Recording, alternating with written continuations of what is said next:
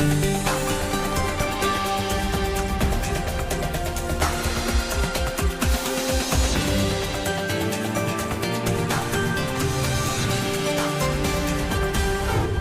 today's World Insight, maritime security consultation talks resume between China and the U.S. How well could these talks ease tensions in the high seas? China's position in these consultations, in the words of Zhou Bo, a senior fellow in the Center for International Security and Strategy at Tsinghua University.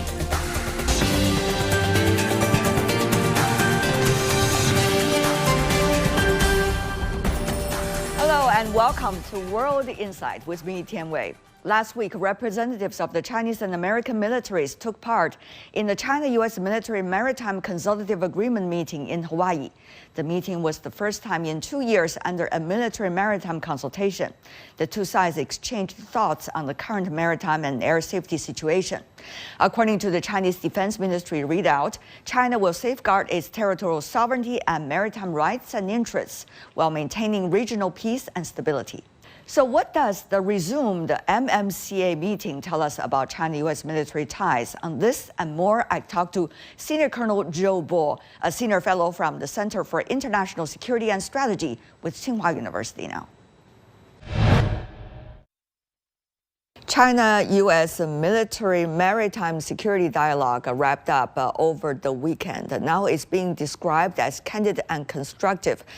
You have been participating in earlier rounds of discussions between the two militaries for years. So tell me more about exactly what is the nature of this dialogue and what does it say about the current state of the two militaries?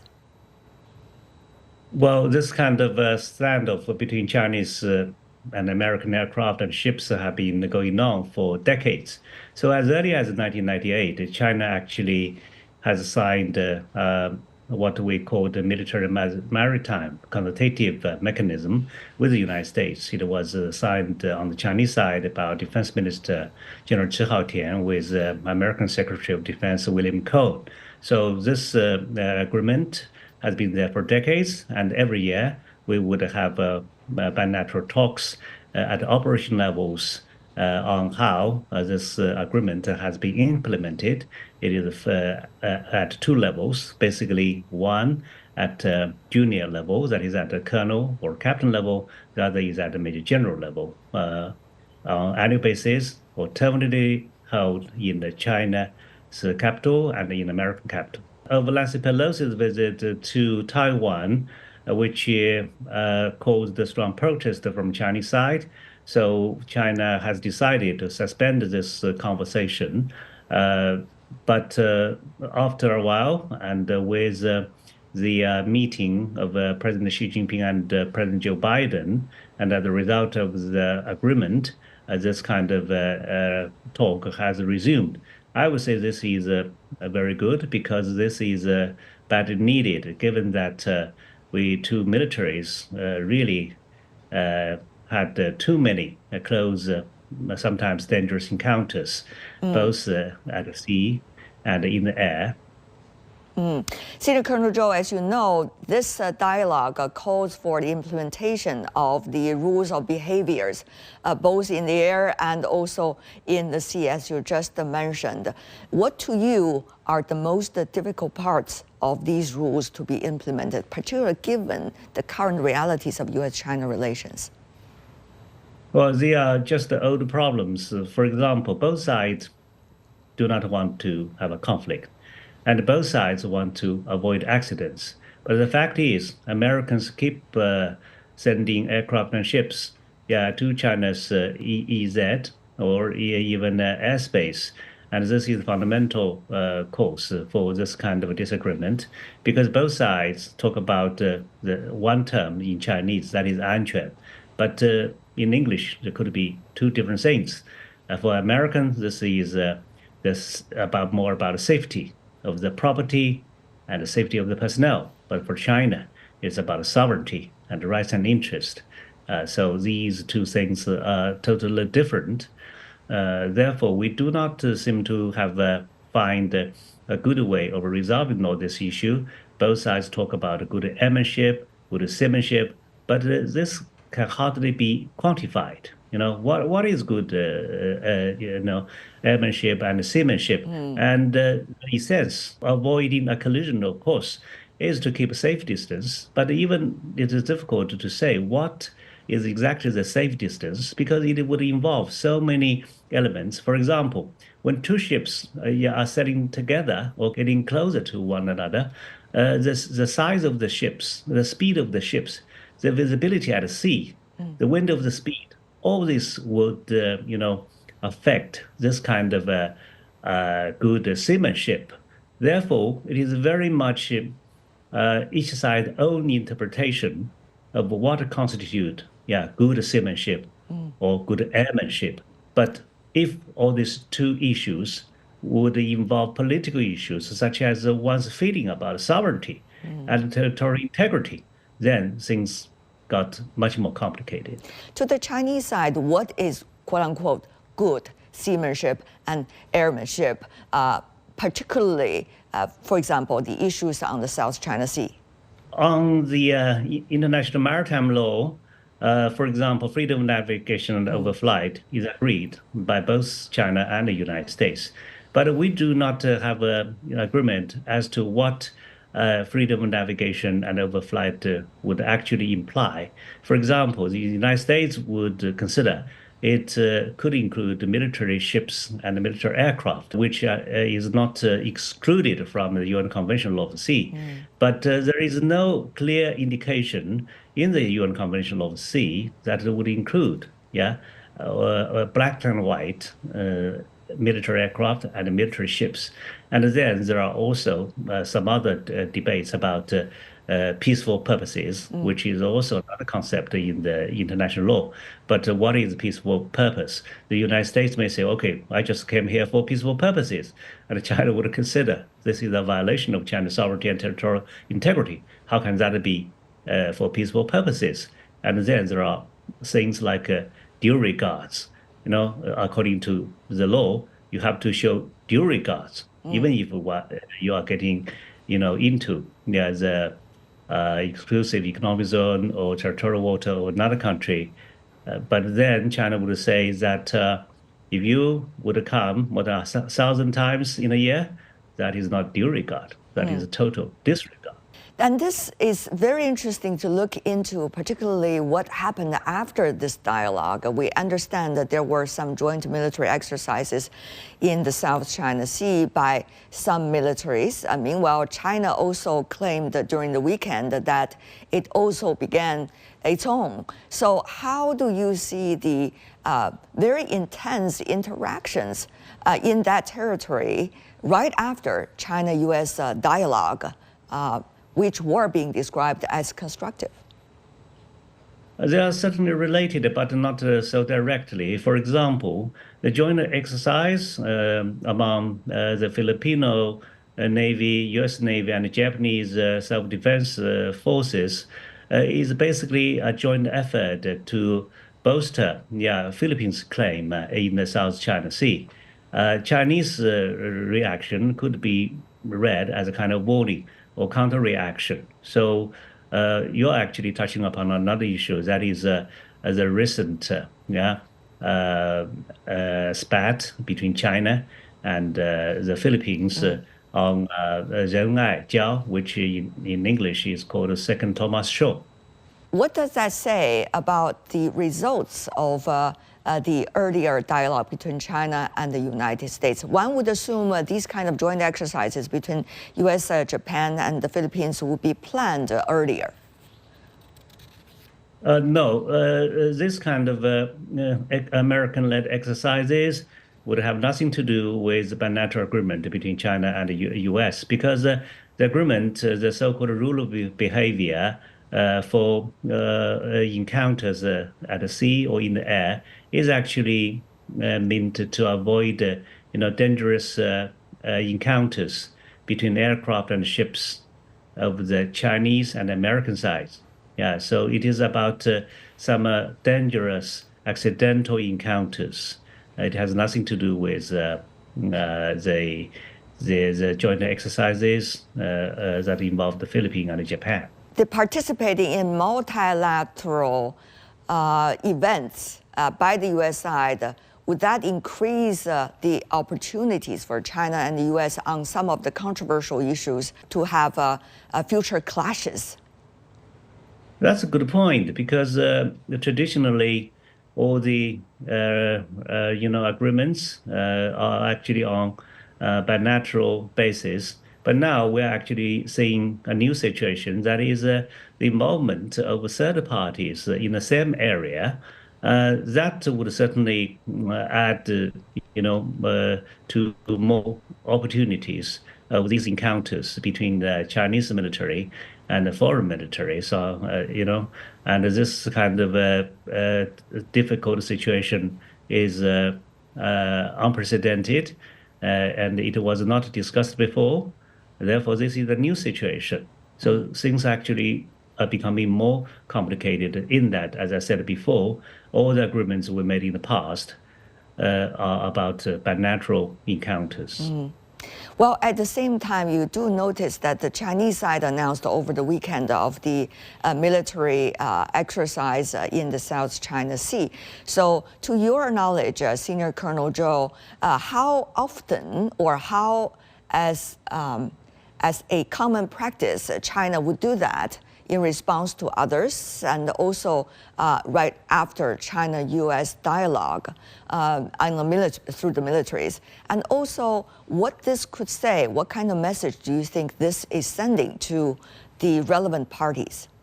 There could be two situations. The first situation is that we will do joint exercises anyway, because in our own water, in our own space, we can do this kind of exercises ourselves.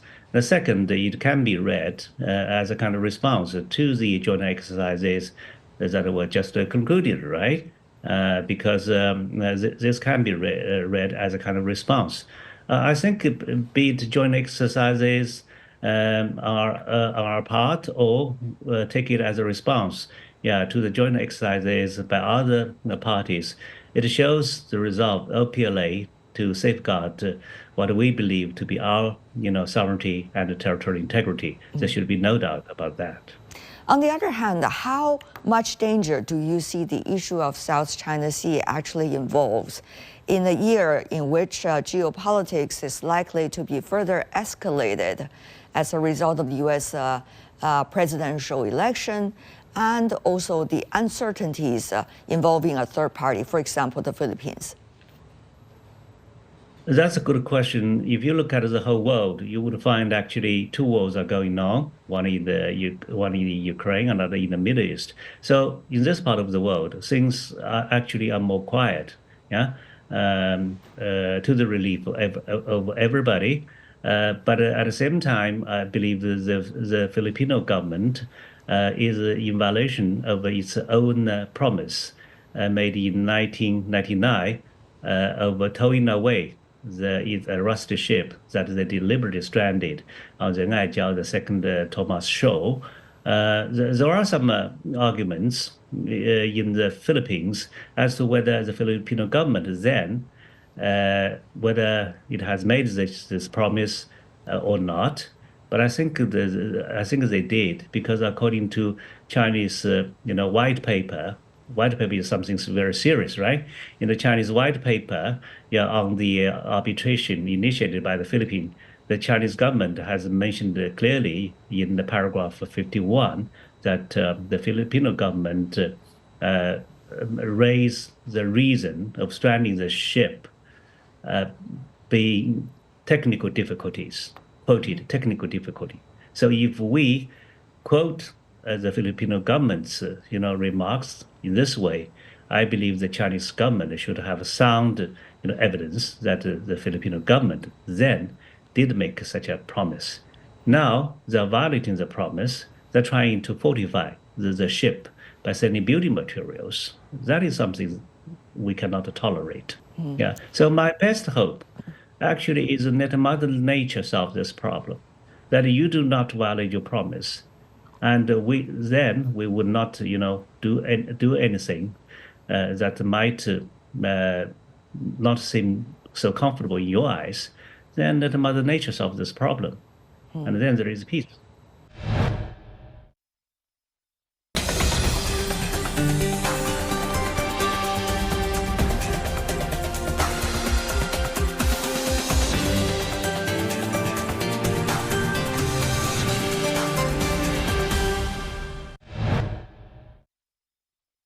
According to a readout coming from China's Ministry of Defense, MOD's, right after the China-U.S. dialogue, here's what it said.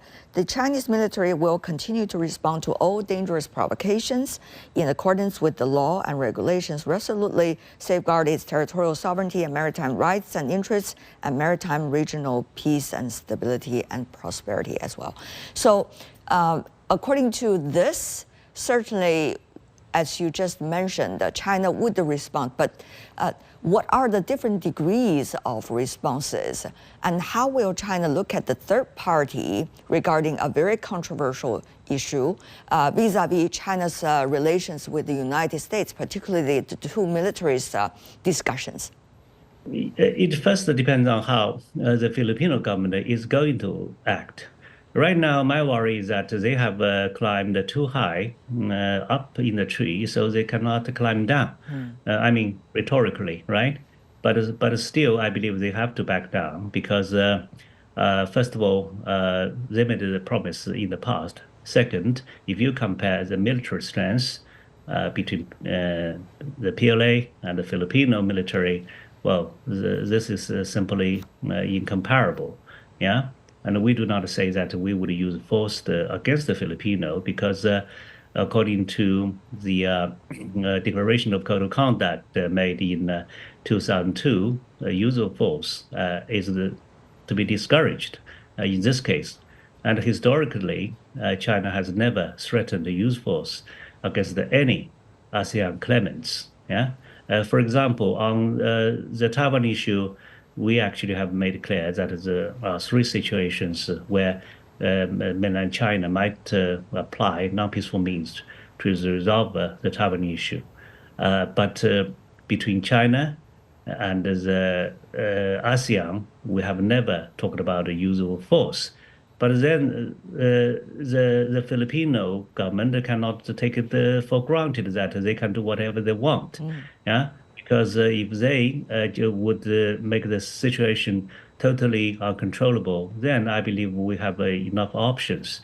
As to how Americans might be involved, they have a defense treaty between the Philippines and the United States. And I believe the United States at this moment is also, keeping a kind of a strategic ambiguity. They have not talked about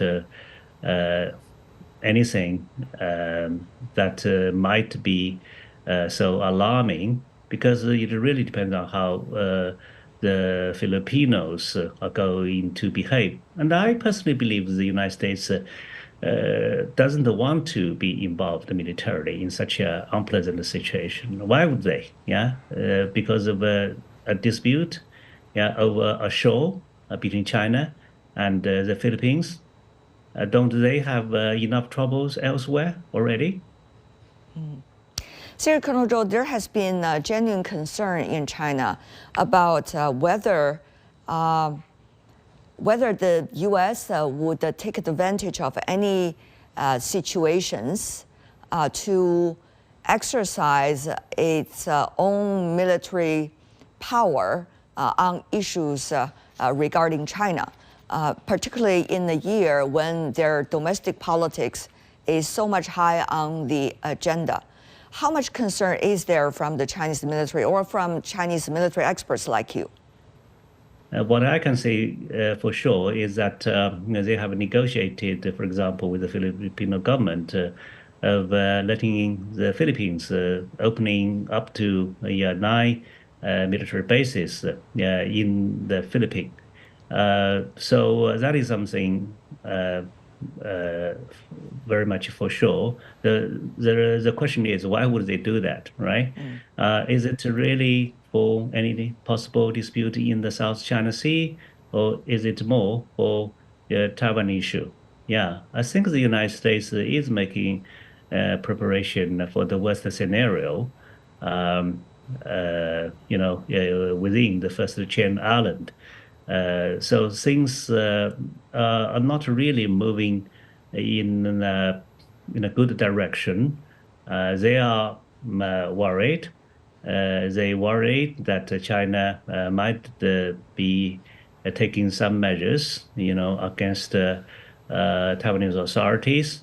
While this kind of, military preparations of strengthening the military presence, either in Taiwan or in the Philippines or anywhere along the first chain of islands, the Chinese government would read it as a kind of, American efforts, to counter China, to keep China within the first chain of islands. So this kind of, security dilemma cannot be easily resolved. And how is China preparing for the worst scenario? Of course, I know there are certain information that's not likely to be shared by this conversation, but how is China looking at the overall situation and articulate the preparations that need to be done? Well, in this whole region, which is not necessarily the South China Sea, I think there are only a few kinds of different but dangerous situations. One is, another collision, either by ships or aircraft, between the Chinese and the American military, mostly in the South China Sea. Another is Taiwan issue. And then we may have this kind of a new situation that has just cropped up. What I mean, the role of the third parties, because previously speaking, we didn't spend much time to talk about this kind of new situation. So in the past, China and the United States have talked about, crisis prevention, crisis management, but not in a profound way. Yeah, we had once talked about this kind of situation, but not at a very high level. And so this kind of conversation should really be followed. So between China and the United States, it's not only about avoiding ships and aircraft getting too close to one another. That is only one situation. There are some other situations as well. Like what are some of the other situations that you could think of, Senior Colonel Zhou, and also share on the public platform with us if you were participating as a member of the Chinese delegation in those dialogues? Well, I have mentioned some of the situations, but actually I'm also thinking about somewhere else. For example, even hypothetically speaking, the Chinese Navy is becoming stronger and stronger. Actually, it is the largest navy in terms of number of ships, right? And these ships now are seen around the world. The Chinese Navy is not only patrolling the waters near Chinese coast. It is found in the Gulf of Aden. It sailed along Bering Strait. It has sailed along the western coast of Africa. So even in theory, there are more chances of Chinese Navy meeting American Navy elsewhere. So that would invite a situation. How would we interact, with one another? The Chinese Navy, for example, is still in the Gulf of Aden, which is actually so close to the Red Sea, where the Houthis, are fighting on a daily basis against some ships sailing to Israel. So the American navies and the British navies are fighting the Houthis there, and we are not so far away from them. All these kind of new situations would have to draw people's attention. How do you see, from a military's perspective, China's balance of interactions with the different parties? And what kind of message do you see as a military man this is sending to the rest of the world? Yeah, for example, even you mentioned about the close interaction between the Chinese and American, leaders and some senior officials. This shows that this China and the U.S. relationship is not so black and white.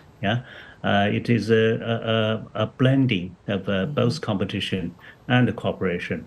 And for the rest of the world, I think it is easier for me to say that nowadays nobody is stupid enough to blindly, pick a side with either China or the United States.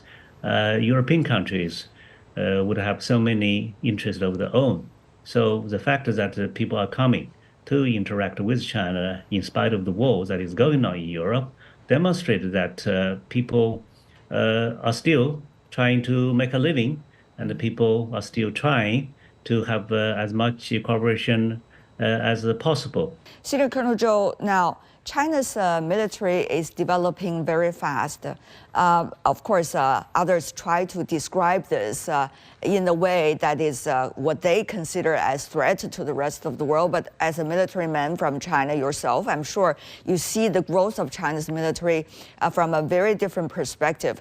Tell me more about the misunderstandings that you think are crucial to be corrected if others are looking at China's military and the overall idea behind China's growth of its military strength. Chinese military has not used force against any other countries after 1979. So in human history, you would hardly find another example of how a country could have arrived so peacefully. This is the fact. This is agreed by everybody. So I would actually consider China's unique experience of developing while maintaining peace is very much unique. So my best hope for the PLA is actually PLA would try its best to safeguard China's sovereignty and territorial integrity, which is a responsibility of every military in the world. But at the same time, just to keep on doing what it has been doing, that is to help others in humanitarian areas, be it peacekeeping, counter-piracy, or disaster relief. Do not involve yourself in some other missions like, military operations here and there, and killing people here and there with a number of excuses, which can only be forgotten with the lapse of time. Who care about all these reasons? Why you should kill these people or those people? So the good thing is, after 1979, the PLA has not even killed a single foreigner overseas. I mean, overseas, this is true, and the Chinese military have been, dispelling the pirates or apprehending pirates in the Gulf of Aden, but we have not been trying to kill them. And I think this is a good example of how PLA could actually help other people in the best possible manner while maintaining peace and stability and fulfilling its own international obligations. Senior Colonel Zhou, it's always a pleasure. Thank you so much, sir. Thank you.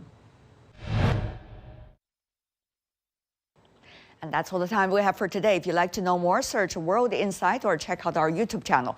Follow us on X and Facebook. I'm Tian Wei on behalf of my team. Thanks for being with us. Bye for now.